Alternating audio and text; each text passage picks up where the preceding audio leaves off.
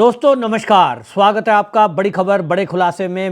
दोस्तों, लाल किला ब्लास्ट जैसा आप देख रहे हैं, अभी तक 12 लोगों के मारे जाने की पुष्टि हुई है, लेकिन एजेंसियों का कहना है कि अगर देश की सरकार सो रही होती, पहले की सरकारों की तरह अगर आतंकवाद पर आंखें मूंदी हुई होती, तो हजारों लोग एक साथ मार दिए जाते। ये पूरी तैयारी पाकिस्तान के आतंकी संगठनों ने इस बार पाकिस्तान के बजाय बांग्लादेश में बैठकर रची, और बांग्लादेश भी नहीं तो तुर्की से संचालित किया गया, ऐसे अभी सोर्सेज पता लग रहे हैं। अब यह मामला बहुत गंभीर है कि पाकिस्तान के आतंकवादी और बांग्लादेश के आतंकवादी वो तुर्की से संचालित हो रहे हैं, जैसे अभी तक के समाचार मिले हैं।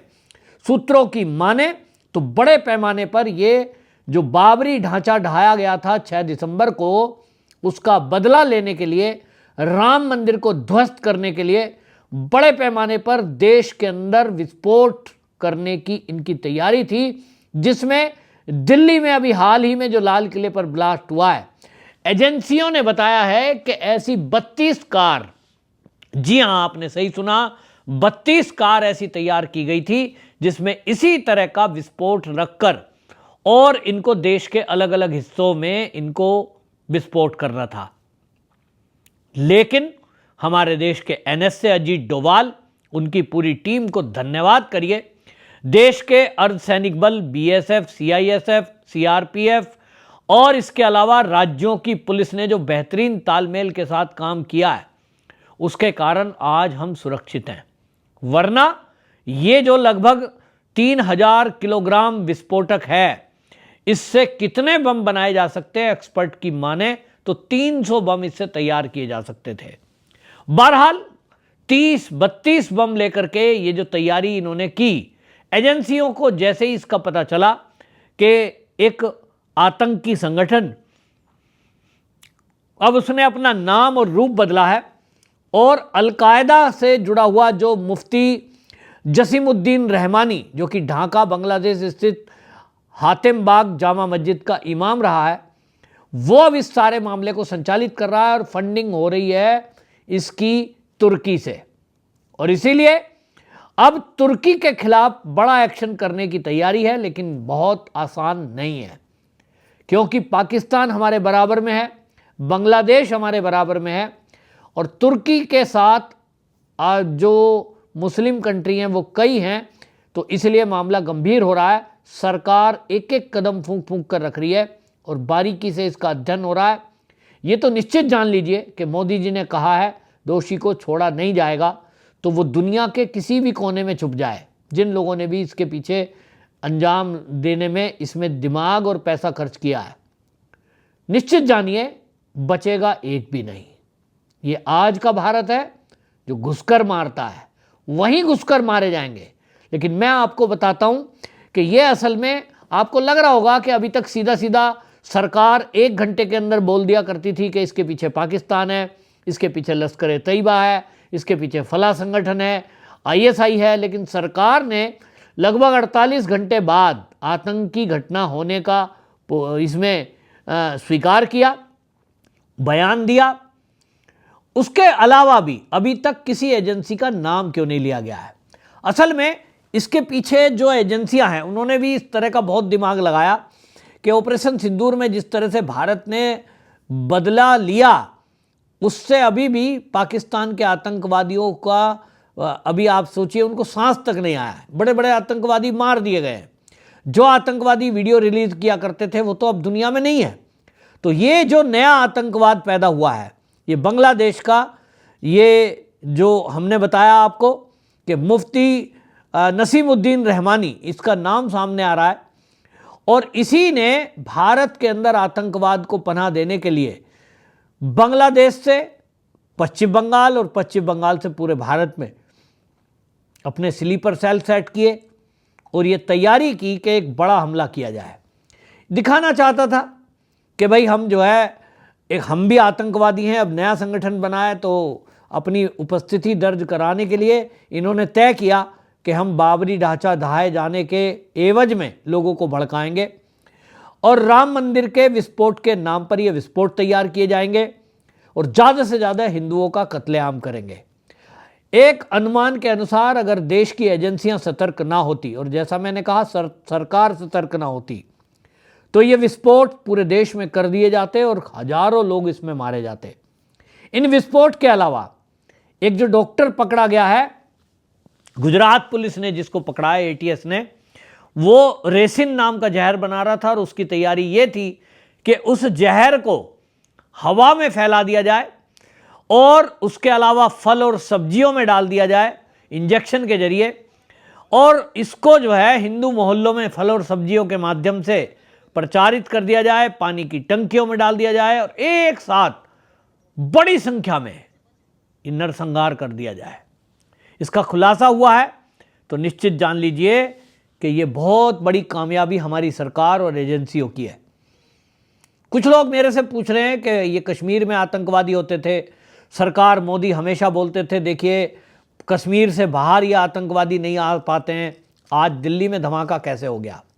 कांग्रेस भी पूछ रही है आरडीएक्स दिल्ली तक कैसे पहुंचा, फरीदाबाद तक कैसे पहुंचा। हालांकि आरडीएक्स नहीं है, अमोनियम नाइट्रेट है, और अमोनियम नाइट्रेट एक रसायन है, खाद है जो खेतों में डाला जाता है, लेकिन उससे कुछ प्रक्रिया करके कोई बम बना देगा ये कोई सोच नहीं सकता। लेकिन इस मामले में आपको बता दूं कि कश्मीर में धारा 370 हटने के पहले वहां पीएस से वो एक एक्ट होता था, पब्लिक सिक्योरिटी एक्ट, और उसके तहत अगर कोई पिस्तौल या आरडीएक्स भी पकड़ा जाए किसी के पास तो 6 महीने बाद उसकी जमानत हो जाती थी।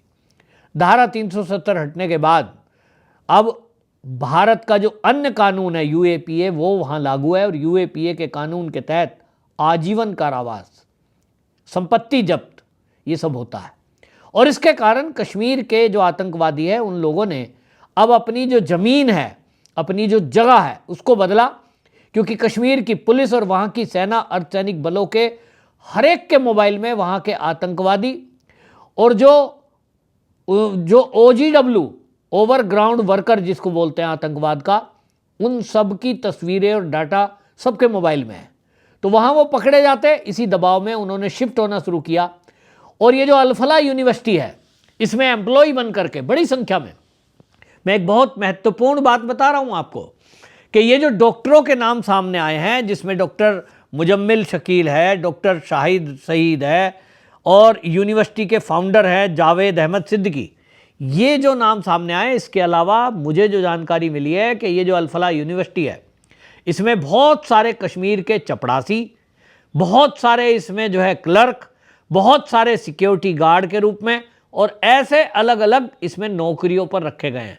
बड़ी संख्या में कश्मीर के जो आतंकवाद से जुड़े हुए लोग हैं, आतंकवादी विचारधारा के लोग हैं, ये अल-फलाह यूनिवर्सिटी ने उनको जगह दी है। और अल-फलाह ने नहीं, ऐसी भारत की कुछ और अल्पसंख्यक यूनिवर्सिटियां हैं जिसमें नाम अलीगढ़ मुस्लिम यूनिवर्सिटी का भी लिया जा रहा है। हालांकि इसके कोई अभी तक पुख्ता सबूत नहीं है, लेकिन सोर्सेज के हवाले से अब ये तलाशा जा रहा है कि क्या इसके अलावा और भी किसी यूनिवर्सिटी में इसी तरह नौकरी दी गई है। उनको पनाह देकर एक तरह से स्लीपर सेल को पूरे भारत में स्थान दे दिया गया है।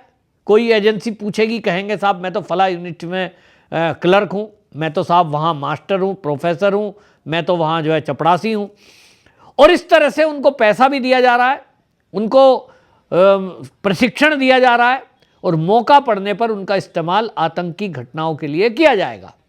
ये तैयारी थी इन आतंकवादी संगठन की, जिनका अब नया ठिकाना बना है आपका तुर्की, बांग्लादेश, यानी पाकिस्तान से ये आतंकवादी बांग्लादेश शिफ्ट हो गए हैं। और मेरी वीडियो अगर आप लगातार देखते हैं, 2 महीने पहले मुझे जो सोर्स पता चले थे मैंने तभी बताया था कि अब पाकिस्तान में जब ऑपरेशन सिंदूर हो चुका है, इसके बाद इन्होंने अपने अड्डे शिफ्ट कर दिए हैं बांग्लादेश की तरफ।